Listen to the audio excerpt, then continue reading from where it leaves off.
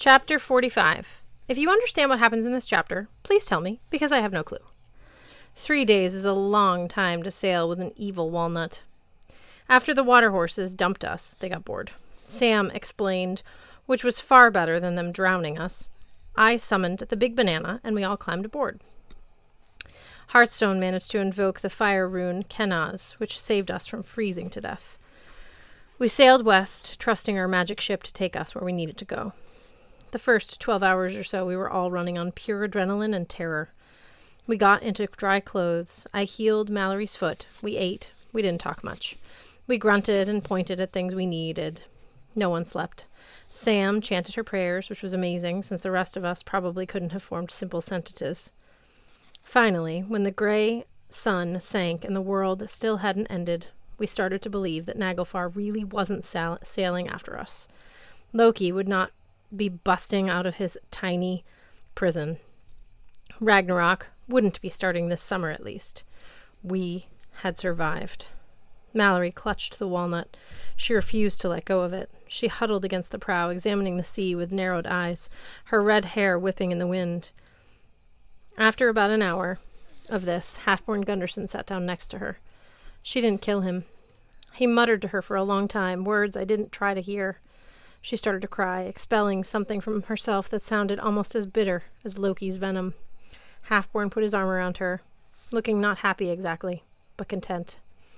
The next day, Blitzen and Hearthstone went into nurturing mode, making sure everybody had food, everybody was warm enough, nobody was alone if they didn't want to be. Hearth spent a lot of time listening to TJ talk about war and slavery and what constituted an honorable challenge. Hearth was an excellent listener. Blitz sat with Alex Fierro all afternoon, showing her how to make a sweater vest out of chainmail. I wasn't sure Alex needed a chainmail sweater vest, but the work seemed to calm them both. After her evening prayers, Samara came up to me and offered me a date, the kind you eat, of course.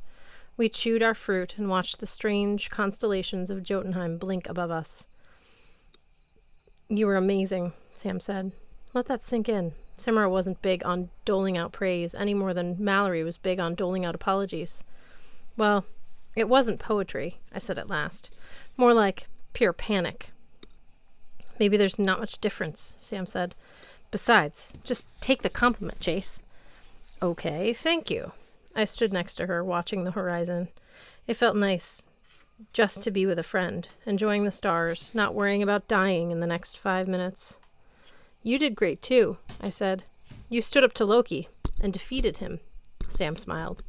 Yeah, I had a lot of thanks to give in my prayers tonight. I nodded. I wondered if I should be thanking someone, too. I mean, apart from my friends on the boat, of course. Sigyn, maybe, for her silent support, her passive resistance against her husband. If the gods put Loki back in his cave, I wondered if Sigyn would be going with him. Maybe Uncle Randolph deserved a thank you, too, for leaving me those notes about Kvasir's mead. He'd tried to do something right in the end, no matter how spectacularly he'd betrayed me. Thinking about Randolph reminded me of the voices from Helheim, tempting me to join them in the darkness. I locked that memory away. I wasn't feeling strong enough to face it just yet. Sam pointed toward Alex, who was trying on her new sweater vest. You should go talk to her, Magnus.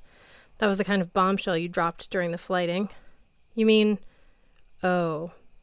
My stomach curled with embarrassment, like it was trying to hide behind my right lung. In front of my 8 closest friends and several thousand enemies, I'd announced how much I'd enjoyed a private kiss from Alex. Sam chuckled. She probably won't be too mad. Go. Get it over with. Easy for Sam to say. She knew exactly where she stood in her relationship with Amir. She was happily engaged and never had to worry about secret kisses under blankets because she was a good Muslim girl and would never do such a thing. I, alas, was not a Muslim girl. Was not a good Muslim girl. I walked over to Alex. Blitzen saw me coming, nodded to me nervously, and fled. What do you think, Magnus? Alex spread her arms, showing off her glittering new fashion statement. Yeah, I said. I mean, not many people can pull off a plaid chainmail sweater vest, but yeah. It's not plaid, Alex said. It's more quadros, like diamonds. Checkered. Okay. So, she crossed her arms and sighed, examining me like, what are we going to do with you? It was a look I'd gotten from my teachers, coaches, social workers, police, and a few of my closest relatives. That declaration of yours back on Naglfar, that was all very sudden, Magnus. Yeah, I wasn't really thinking clearly. Where did that even come from? Well, you did kiss me. I mean, you can't surprise somebody like that. Suddenly, I'm the greatest thing that ever happened to you? I didn't exactly say... I stopped myself. Look, if you want me to take it back... I couldn't form a complete thought, and I couldn't see my way to extract myself from this conversation with my dignity intact. I wondered if I was suffering withdrawal symptoms from Kvasir's mead, paying the price for my successful performance on Naglfar. I'm going to need some time, Alex said. I mean, I'm flattered, but this is also out of the blue. I don't just date any energy with a pretty face and a nice haircut. No, yeah, pretty face? I appreciate the offer, really, but let's put this on hold and I'll get back to you. She held up her hands. A little space, Chase. She strode off, glancing back once with a smirk that made my toes curl up in my woolen socks. Hearthstone appeared at my side, his expression inscrutable as always.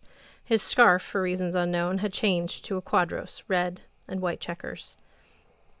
We watched Alex walking away. What just happened? I asked him.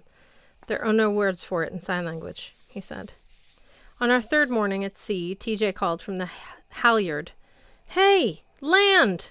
I thought the expression was land ho, but maybe they did things differently in the Civil War. We all jostled to the prow of the Big Banana. A vast, flat landscape of red and gold spread across the horizon, and we were sailing as if we were sailing straight toward the Sahara Desert. That's not Boston, I noted.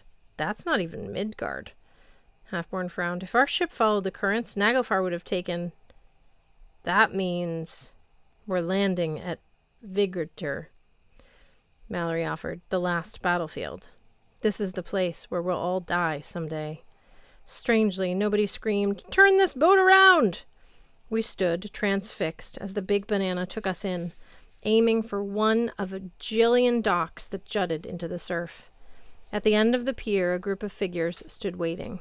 Men and women, all resplendent in glittering armor and colorful cloaks. The gods had turned out to welcome us.